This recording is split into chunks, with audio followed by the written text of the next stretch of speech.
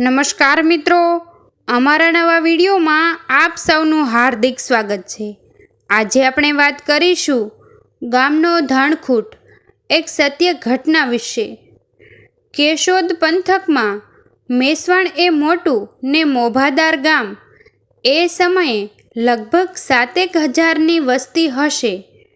કોઈ પણ શહેરી માટે આજે જે આદર્શ ગ્રામ જીવનની પરિકલ્પના હોય છે તેના જેવું જ હર્યું ભર્યું, હસતું રમતું, જાણે કોઈ ગોકુળિયું ગામ એ સમયે।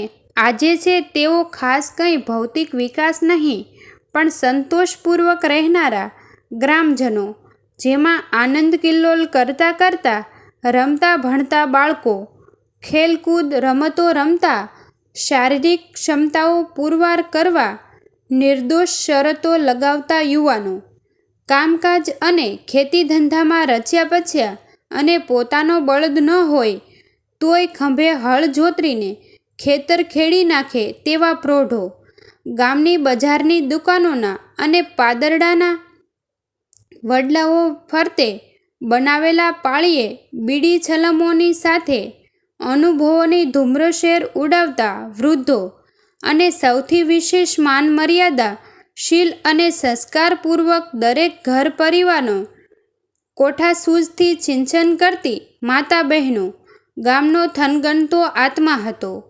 ગામ હોય ત્યાં દૂષણો પણ હોય જ। ગામની સીમમાં એકાદ બે દારૂની ભઠ્ઠીઓ ખરી।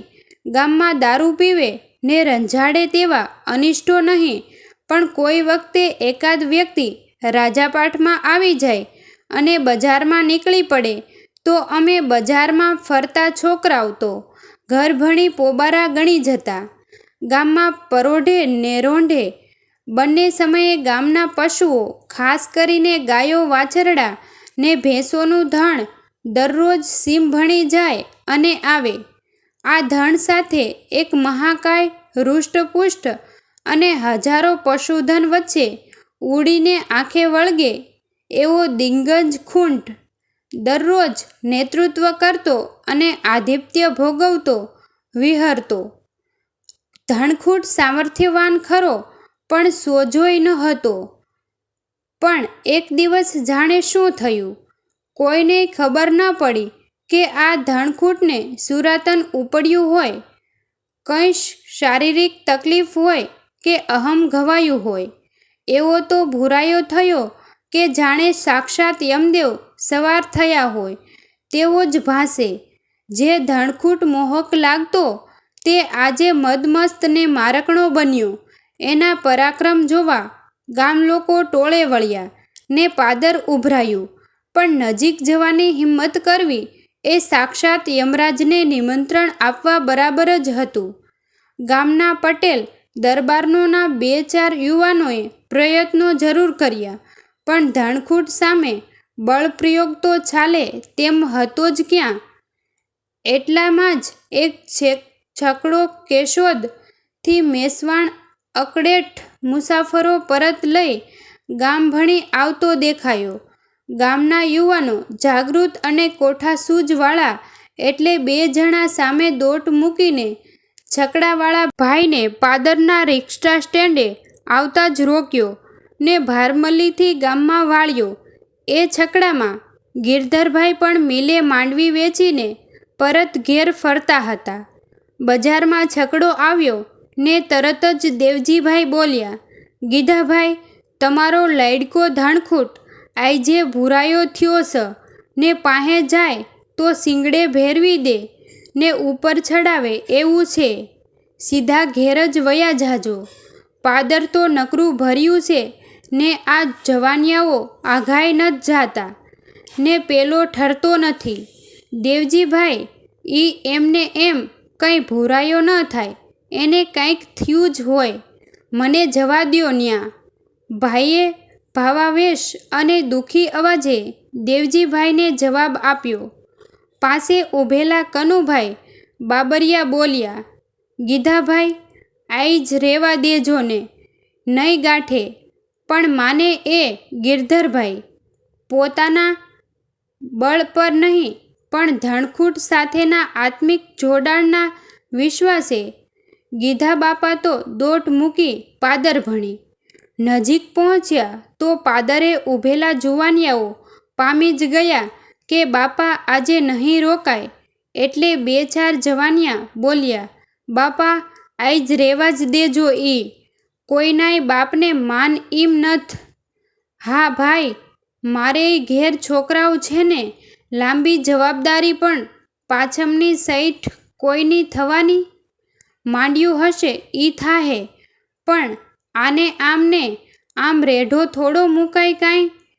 એટલું બોલતા ગિરધરભાઈ ધણખૂટ તરફ આગળ વધતા જાય. પાદરે બૂમાબૂમ વધતી જતી હતી. દરેકના શ્વાસોશ્વાસ વધતા જતા હતા. બાપાનું શું થાશે? એ લગભગ દૂર જોનારા સોના માટે જાણે એક દિલધડક દ્રશ્ય બની રહેનારું હતું. ગિરધર બાપાનો આત્મવિશ્વાસ ગજબનો, અપૂર્વ હિંમત અને સાહસ પણ, અભિમાન નખમાય નહીં. સમાજ સેવા, માનવતા, કરુણા અને મૂંગા પશુઓ માટે અનુકંપા તેમનામાં સાહજિક જ હતા.